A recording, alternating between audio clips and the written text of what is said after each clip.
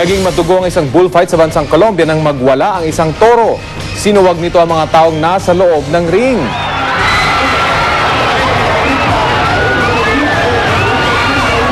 Tila lalong nagalit ang toro dahil tinutuya pa siya ng mga tao. Yung mga nanonood naman sa bleachers nagkakasayahan pa. 3 ang namatay sa insidente, habang 37 pa ang sugatan. Mula na po sa Boton Pier sa Subic ang butanding na ilang araw ding tumigil doon. Posible raw kasing busog na ito at tapos nang kumain. Nakatutok si Trisha Zafra. Maghapong hinanap ng SBMA Harbor Police pero di nagpakita ang butanding sa Boton Pier sa Subic Bay, Zambales. 5 araw ding namasyal sa Boton Pier ang butanding, kaya naman pinangalanan na itong botonding ng SBMA Ecology Department. Palagay nila, tapos nang manginain sa lugar ang migratory whale shark kaya umalis na ito sa buton. Ngayon kasi ang panahon na hitik ang Subic Bay sa alamang na isa sa mga kinakain ng butanding. Maring busog na siya or sinundan niya yung kung saan may pagkain. Ito ang unang beses na may makitang butanding dito sa Boton Pier pero hindi na raw bago sa Subic Bay ang mga dumaraan ditong butanding. Ayon sa Ecology Department ng SBMA, maaaring naging migratory path na ng mga butanding na naghahanap ng pagkain itong Subic Bay. Masaya raw ang SBMA na pinasyalan ulit sila ng ganitong uri ng marine animal. Ibig sabihin daw nito, napapanatiling malinis ang dagat kahit pa sa pier area na maraming industrial activities. Kaya naman maraming marine animals na nabubuhay dito. Bukod sa mga isda, may nakalalasong box jellyfish pa nga na namataan sa Boton Pier.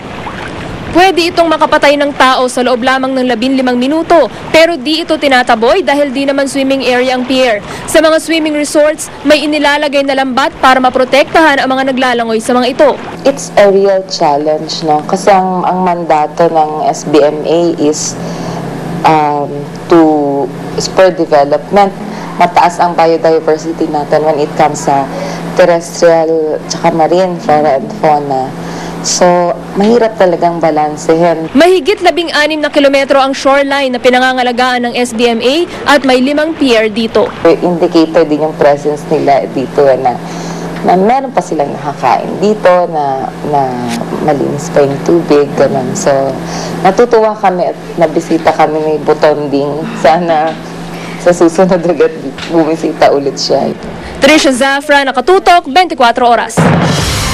Sa kauna-unahang pagkakataon mula nang bumaba sa palasyo, nagpa-interview na sa media si Pampanga Representative Gloria Arroyo, pero kapansin-pansin din ang kanyang pag-iwas sa ilang issue. Gumulong na rin kanina ang pagdinig na isinusulong niyang panukala para higpitan ang parusa sa mga nagmamaneo ng lasing. Nakatutok si Sherry Ann Torres. Unang dumating si Pampanga Representative Gloria Macapagal Arroyo sa iba niyang kasamahan sa pagdinig ng House Committee on Transportation and Communication kanina. Kaya ang atrasadong chairman ng komite, todo sorry sa dating Pangulo. My apologies for being late. Sentro ng pagdinig ang mga panukalang batas na nagsusulong ng mas mabigat na parusa sa mga nagmamaneho ng lasing. Isa si Arroyo sa 6 na may akda ng ganitong panukala. Dapat na raw kasing itaas sa international standard ang batas sa pagmamaneho sa bansa. The fine was very small. It was only 200 pesos to 500 pesos. Or imprisonment. Sa umpisa ng pagdinig, nakangiti ito, pero kalaunay na iba ang timpla. Kailangan pa kasing i-consolidate ang 6 na panukalang batas tungkol sa drunk driving. My motion was not that after 1 week it will be calendar. Let's calendar it for next week. Kaya agad bumuo ng technical working group ang komite na pamumunuan pa ni Arroyo. Matapos ang pagdinig, sa kauna-unahang pagkakataon, pumayag magpa-interview sa media ang dating Pangulo. Tinanong siya tungkol sa kontrobersyal na reproductive health bill na binubuhay ngayon sa Kongreso. As in the case of many bills, including the CARB, there must be a formulation. If you look hard enough, that will satisfy, that will be, well, that can address the most the most basic concerns of most reasonable sectors. Pero tulad noon, iwas ito sa pagsagot sa issue ng impeachment complaint laban kay Ombudsman Merceditas Gutierrez. Maging sa assessment niya sa administrasyon ni Pangulong Noynoy Aquino. Ma'am, every administration has difficulties when they start. I mean, how do you see the current administration? Sabi ng tagapagsalita ng dating Pangulo na si Len Bautista Horn, mas gusto raw ni Ginang Arroyo na magsagawa muna ng malawakang konsultasyon bago pinal na isulong ang RH bill. Hindi rin daw ito makikisali sa diskusyon sa impeachment complaint laban kay Ombudsman Merceditas Gutierrez.